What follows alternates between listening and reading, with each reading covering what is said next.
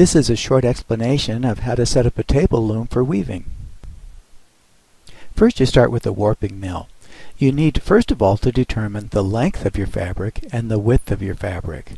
You'll adjust the pegs on your warping mill for the length of the fabric so that as you wind your threads around the warping mill all the way down and back up, back and forth until you have the number of threads that you want for the width of your fabric. Then you're ready for the next step. Now you're ready to thread the rattle. The rattle is a bar that is divided into half-inch segments, and when you set up this project, determine how many threads per inch you wanted in this fabric. When you thread the rattle, you're putting the number of threads you want in each half-inch so that you have the proper width on your loom as you're threading the loom. Now you're ready to take the rattle and attach it to the back beam of your loom to attach your fiber onto the back of the loom. Now you're ready to tie your threads onto the back beam of your loom, which is easy to do because the rattle has already set the width of each section for you, so it's being placed right on the loom. Now you're ready to pull all your threads forward to the front of the loom, straightening them very carefully so that as you roll them onto the back beam, they're not tangled, everything's smooth and even.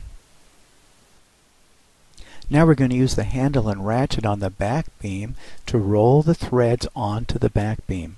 Notice at this point the rattle is still tied on because that makes sure that our spacing is all correct and even.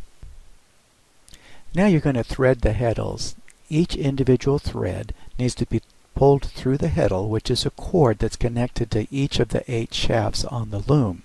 And you can individually lift the shafts, either individually or in combination, to create the pattern that you're going to have in your fabric. So each thread will go through the appropriate shaft by threading it through the heddle on that shaft. Now you're going to slay the reed. The reeds come in different sizes, so many slots per inch, and you're going to slay the reed according again to the thread count that you want per inch. And the reed also acts as a beater, so as you're weaving it beats your weft into the warp, the width into the length, and it keeps it all evenly spaced. Now once we've slayed the reed, we can take the rattle off the back of the loom on the back beam, because now it's the reed that's going to keep everything properly spaced on your fabric. So now that you've threaded your heddles and slayed the reed, you're now able to tie your threads onto the front beam and roll it onto the front beam so that you're ready to start weaving. Now you notice on a table loom you have the levers at the top that you pull the different levers according to which shafts you want to lift, according to the pattern you're working with and the design that you're creating in your fabric, and that's how you create your design.